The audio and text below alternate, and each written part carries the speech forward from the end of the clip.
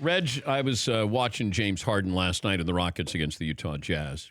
And, okay, you know the play I'm talking about, right? I was watching it live, too, and almost fell off the couch. Number one, that it was not called. Yes. But the reaction afterwards, obviously from Twitterverse, if you're the official, number one, what are you looking at? I thought that was a point of emphasis this year, is calling those so-called travels. And you and I have had this discussion before about his regular step back. We think it's a travel, but a memo went out last season, his MVP year, to all 30 teams saying it was not a travel. Okay, granted, it's not a travel. But last night, come on, man. I mean, even Michael Jackson up in heaven is rolling over in his grave looking at the way he moonwalked on that step back. But it felt like he traveled twice, and they didn't call one of them.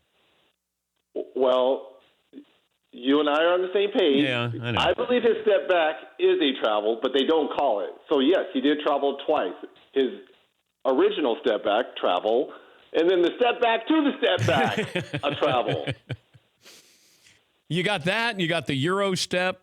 Did Ginobili give us the Euro step? Yes, that was all Ginobili. Yes. I'm going to tell you who else had a little bit of it, too. Sarunas Marciulionis. Okay. He had a little bit of that Euro step as well. But who made it famous and a chic and in thing was Ginobili. They were both left-handers, too, Sarunas and Ginobili there. And James Harden. See, the left-handers are getting away with stuff, Reg. What is going on in the world today? Oh, here's another one for you. I don't know if you had a reaction to this. Lil Wayne said, the debate is not Jordan and LeBron. He says that Kobe is better than all of those guys. Again, this is all personal preference, and you'll hear a lot of Kobeachi people probably say that. It's your preference, and it's what you like. Kobe's a bona fide superstar. He's in that secret door in the Hall of Fame, in my opinion, along with Mike. But you've got to put LeBron in there. I mean, you can ask who's better, who's a better scorer, who's a better defender, who's a better all-around. You can't quantify who's the best. In my opinion, if I'm starting a team today, I'm not picking none of those three guys. I probably would go with Kareem Abdul-Jabbar as my number one guy. Okay. So it's your preference on who you like, when you grew up, the era. It's hard. I love Lil Wayne, but that's his opinion. It's hard to say he's right or he's wrong because you're going to have fans and built-in fan bases for all three of those guys. Yeah, I'm curious how you make the argument for Kobe being better than Michael and LeBron. Like, where would you start and say the reason why I can't trump Kobe over Michael is because Kobe has said, and you looked at the mannerism and his game is all based off of MJ. So MJ, he set the tone. He was the originator. The duplicator was Kobe. So how can I put the duplicator over the originator? That's not going to happen. Yeah, but Brady grew up a Joe Montana fan. So Montana was the originator, Brady the duplicator. And then I'm going to put in titles. Okay. Right? Yeah. One more title. Mike has 6. Kobe has 5. Yeah. LeBron has 3. Yeah. But again, now we're getting into, look, MJ, that was my nemesis. So I've played against all 3 of them, even though LeBron was a rookie the year I retired. So I've dealt with all 3 of them at one point in time. Kobe was a load in the finals in 2000. I mean, he was just coming into his own. He was 2021, and it was a different Kobe because later he was a bona fide killer later in his career. But he was that complement to that beast in the middle in Shaquille O'Neal. So he was just a baby when we faced him in the finals. Michael was a few years older than me and was at all my baptism. He baptized me in all those games. So I got to go with MJ. I mean, just because I've had so many battles with MJ when we were somewhat in our primes. But MJ would get the nod for me. But again, if I'm starting a team today, I'm going with the cap and the skyhook. Hey, I just heard from Turner Sports. You're going to be in the studio on Thursday. You're not doing a game on Thursday. You're going to be with Chuck. I get to hang with the big boys. Oh, wow. Yeah. Okay, so... Sir Charles and Kenny, Ernie. Well, I'm actually subbing in for Shaq, and the reason being is his son is having that heart procedure. Get well, Sharif. We're praying for you. So I'm subbing in for the big fella who is with his family and his son during this time. So they went to the bullpen, and Mariano Rivera, the best of all time, is subbing in for Shaquille O'Neal. Inside the NBA Thursday night with Ernie, Chuck, Kenny on TNT starting at 8 Eastern. If you could have Chuck or Shaq as your teammate, who are you taking? Shaq. Okay. Well, that was a little too quick there. I mean, you could have given Charles a little love there. I love Charles, but Charles is not commanding a triple team. Double team, not triple team. Shaq, you had almost quadruple team. Shaq was the most dominant ever, man. But what would he be like now, though, if he was just starting out with this, attention given to big men who can shoot three-pointers now?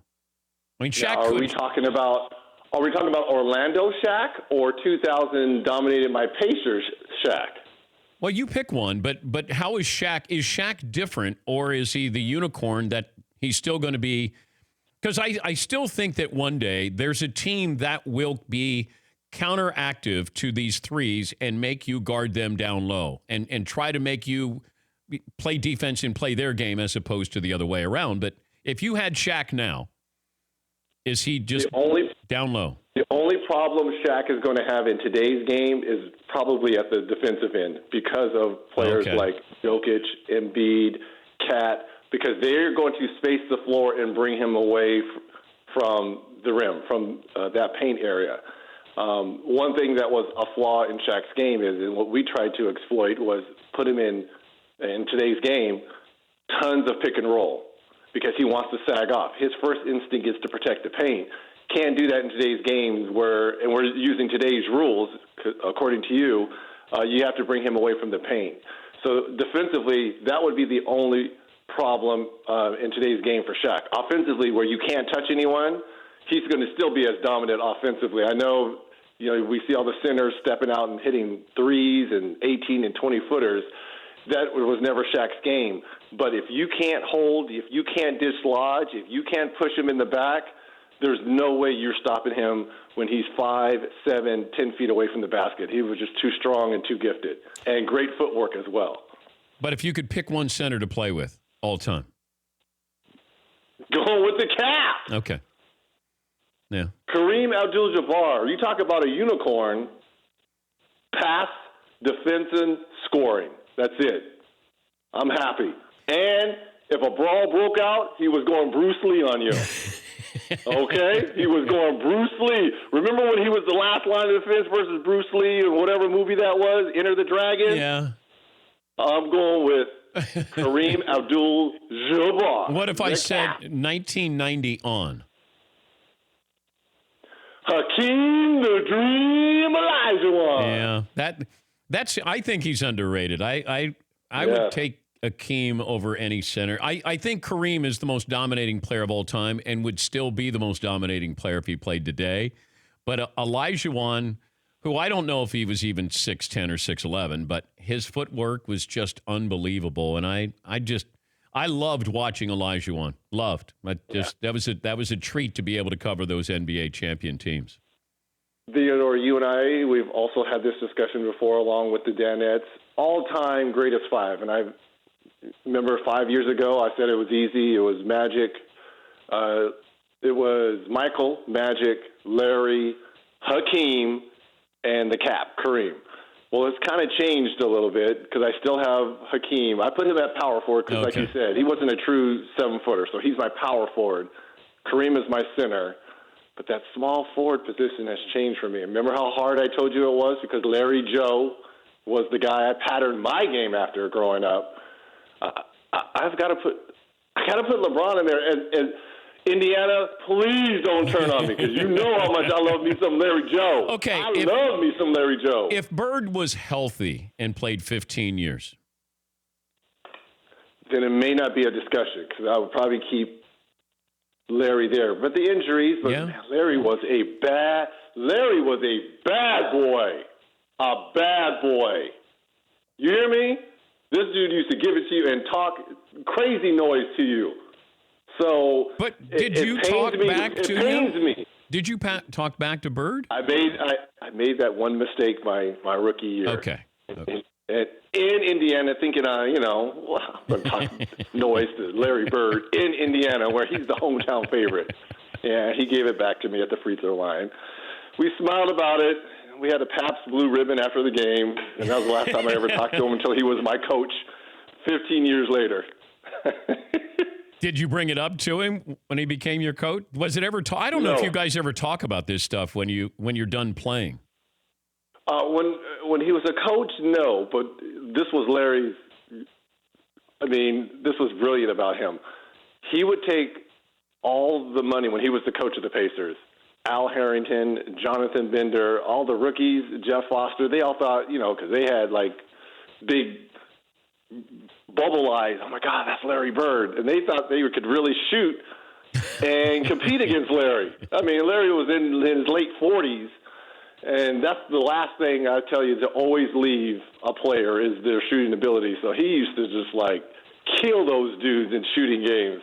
I'm like, man, this dude still has it. Larry still has it. I don't know if he has it now. No. When he was the coach of the Pacers, he had it. I saw where Blake Griffin had a quadruple double last night.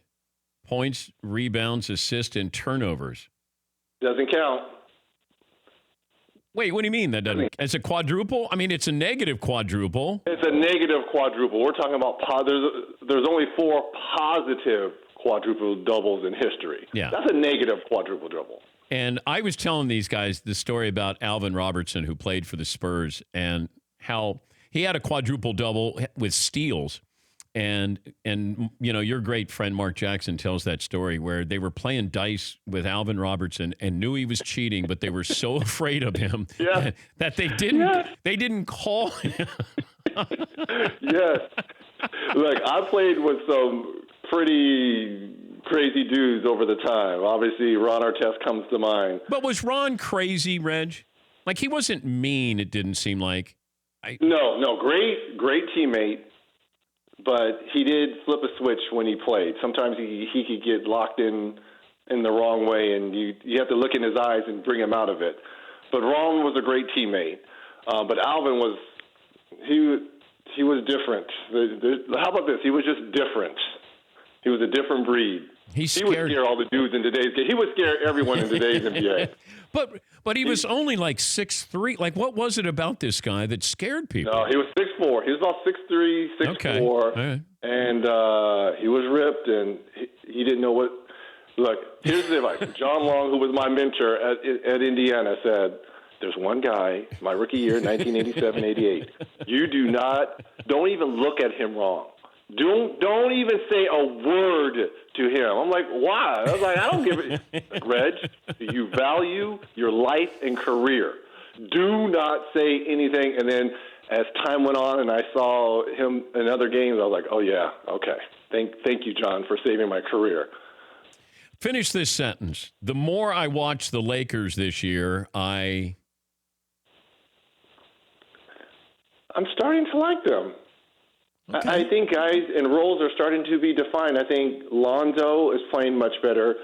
To me, Kyle Kuzma has solidified the number 2 spot to LeBron. It was Dwayne Wade. It was Kyrie Irving. I think Kuzma has filled that number 2 slot. But do you think Brandon Ingram is there for the long haul? Because I don't. Yeah, I don't either. The more I watch, the more I go, man, it feels like he might be expendable. And if the Lakers and Magic and Pelinka are smart, you could probably get something for him right now. A 6'10", 6'11" guy who can play, 2 or 3 positions. I just don't think it's a great fit with LeBron. It has nothing to do with his game.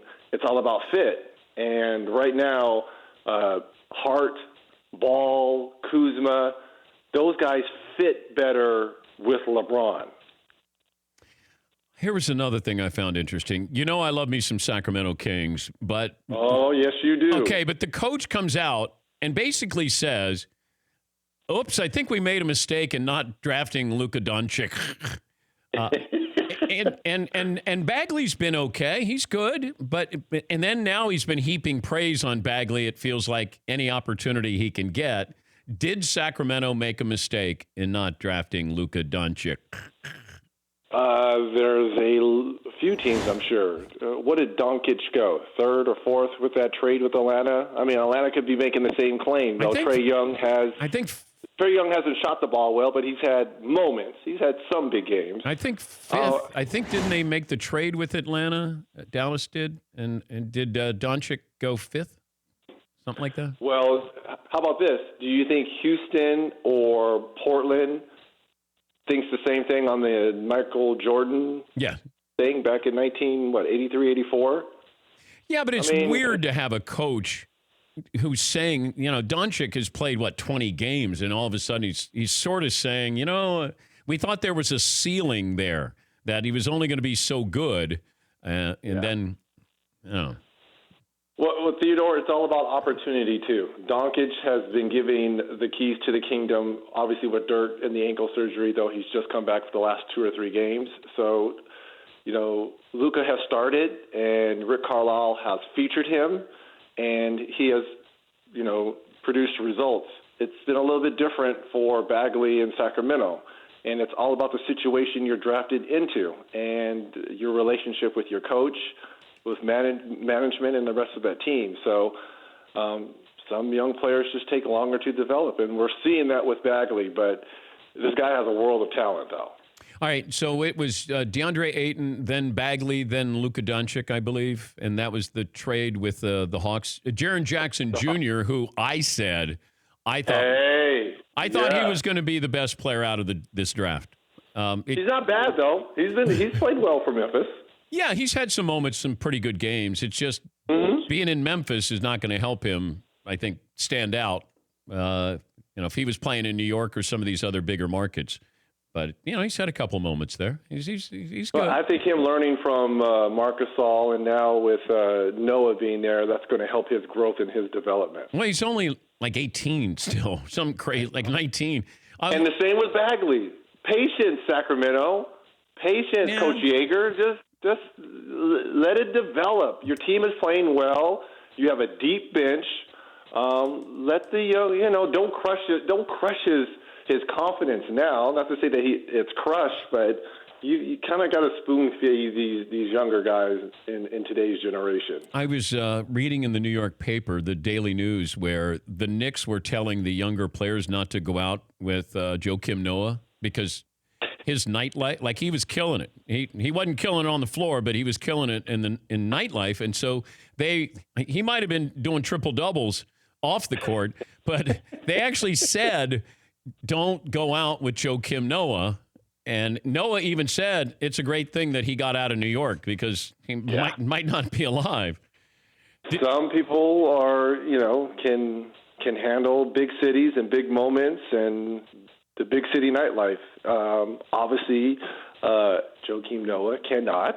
Did you have a teammate like that? Like first team all nightlife?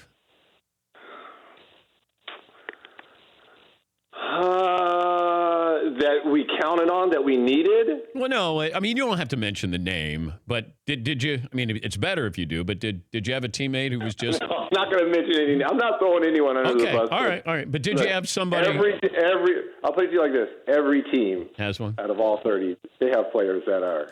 that damn Travis Best was killing it at nighttime. Oh, no. Detlef Schrempf. I knew it. Oh, man. That damn... Teutonic. No, just kidding. Just kidding, Jalen. Stop it.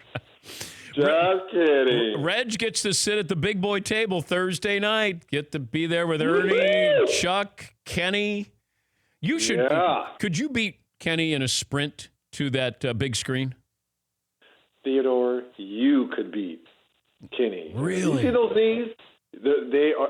Look. The way those knees are touching one another, he is one sprint away from a double ACL on his left and right. He is one sprint away from a double ACL. Man. All right. Well, have fun. Play nice. I will. I'll try. Thank you, Theodore. Hey, Thank you, Dennis. Thanks, brother. I love y'all. Happy holidays, you everyone. Too. You too. Thank you, brother. For more Dan Patrick Show, tune to Audience Channel 239 on DirecTV or download the Dan Patrick Show app.